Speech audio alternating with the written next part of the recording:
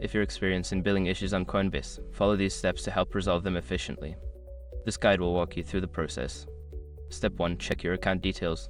Ensure that your payment method and billing information are up to date. Log into your Coinbase account and navigate to the settings to verify that all information is correct. Step 2. Review transaction history. Look through your transaction history for any discrepancies or unauthorized charges.